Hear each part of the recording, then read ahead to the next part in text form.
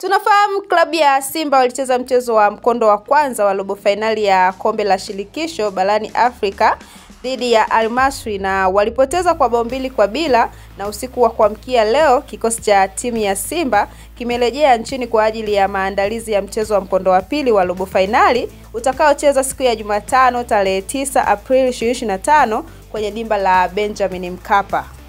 Na meneja wa habari na mawasiliano wa Simba Sports Club Ahmed Ali amesema kuwa Simba ni miongoni mwa timu zinazotoa vipigo vikubwa barani Afrika, huku akisisitiza kuwa tayari wamewahi kuwadhalilisha wapinzani wengi. Hata hivyo, anasema hawajawahi kufanya hivyo kwa timu kutoka Uarabuni, jambo analodai litabadilika, kwani sasa ni zamu ya Al Masry kupokea kichapo kwenye uwanja wa Benjamin Mkapa. Na mimi niwaambie wana Simba, hii sisi tunaiweza kabisa, na Al Masry ndo atakuwa Mwarabu wa mfano katika Waarabu wote ambao tumewahi kucheza nao.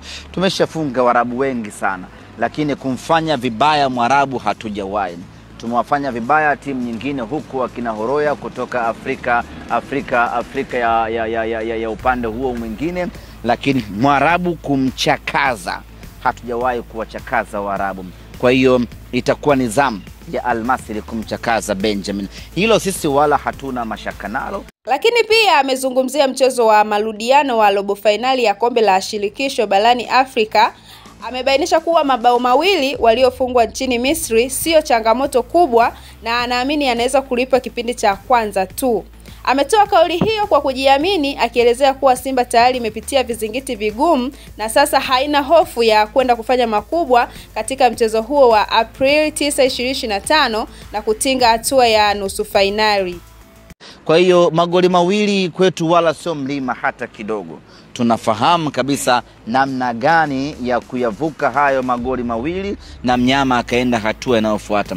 Yaani Simba hii yenye ubora hii tunaofahamu sisi, dakika 90 za Benjamin Mkapa tukose magoli matatu, sio Simba ninayejua mimi.